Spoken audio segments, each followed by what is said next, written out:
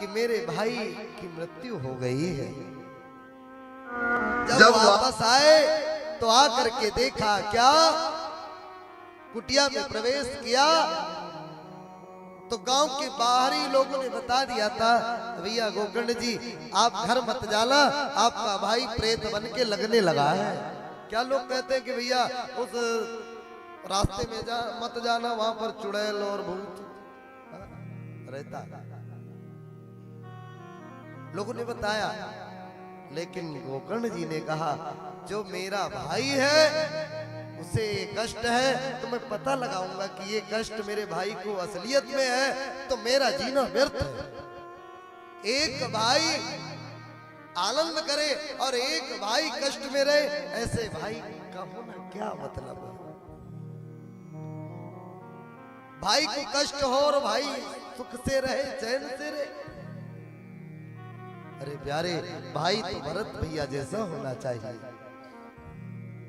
जो मेरे प्रभु राम वन में बिना बिछौने के लेटते हैं तो भरत भैया भी कोई भी बिछौना नहीं लेते, ऐसे लेट जाते। मन में सोचा मेरे प्रभु पृथ्वी पर लेटते हैं तो ये उनका दास पृथ्वी पर लेटे तो इनका दास ये हो कैसे सकता। तो 3 फीट का गड्ढा खोद के उसमें लेटते। भाई का तो भाव ये है, भाई का काम ये नहीं कि केवल पिताजी नहीं रहे बंटवारे के समय आधा आधा बांट लिया।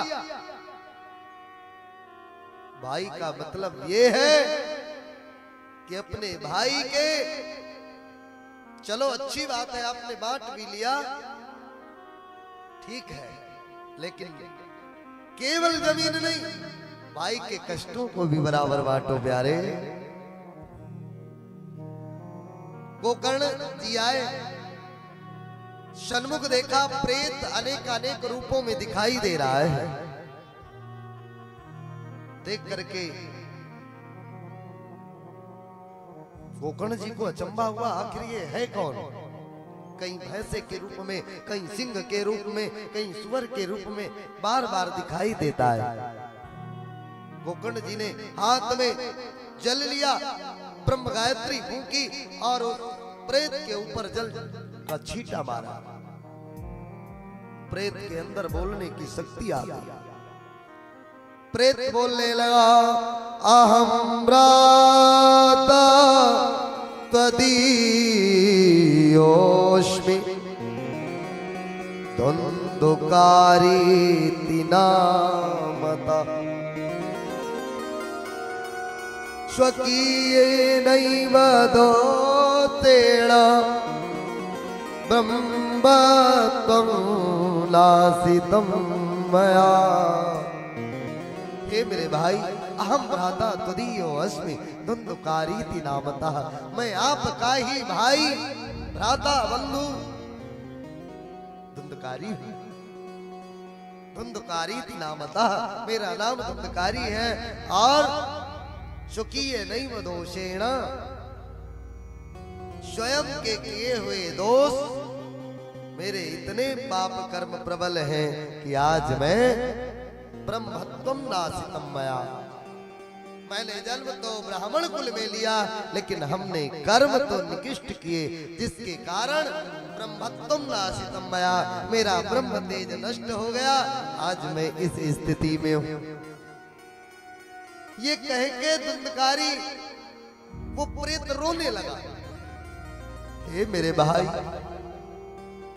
आपके जैसा ज्ञानी ध्यानी विज्ञानी जिसका भाई हो और उस भाई को इतनी पीड़ा, इस प्रेत युग में मेरे भाई मुझे बहुत पीड़ा होती है। मुझे भोजन नहीं मिलता।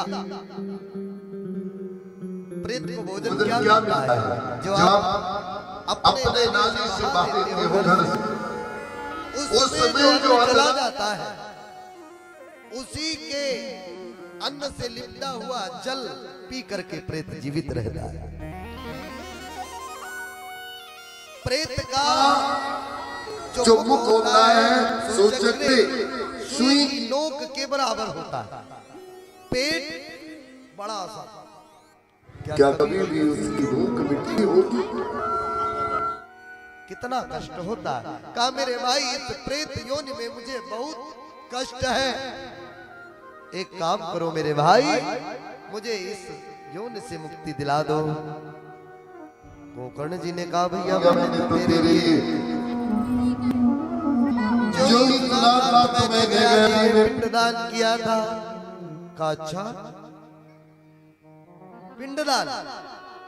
अरे भैया मेरे लिए ऐसे पिंडदान करने से मेरा कल्याण होने वाला नहीं।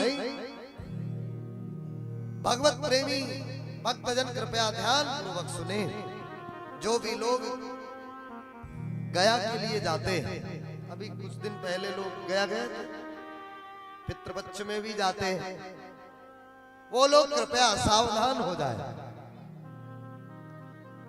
प्रेत कह क्या रहा है?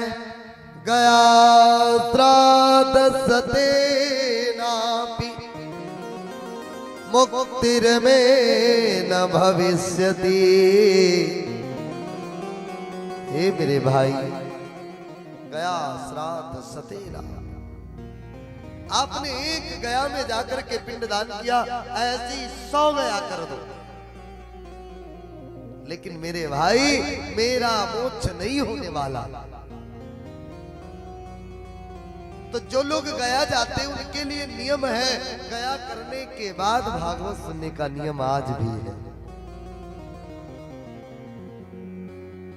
गया जाकर के पिंडदान किया, जिससे आपके पूर्वजों को, पितरों को भोजन मिला, संतुष्टि मिली।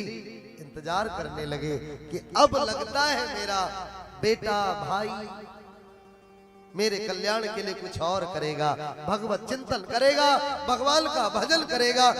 क्योंकि प्यारे, जिसने जीवन भर अपने परिवार के लिए कमाया, एक एक पैसा जोड़ के मकान खड़ा किया, और जब वो इस शरीर को छोड़ गया तो आप उसकी जायदाद लेके बैठे हैं, लेकिन उनके मोक्ष के लिए आपने कुछ नहीं किया।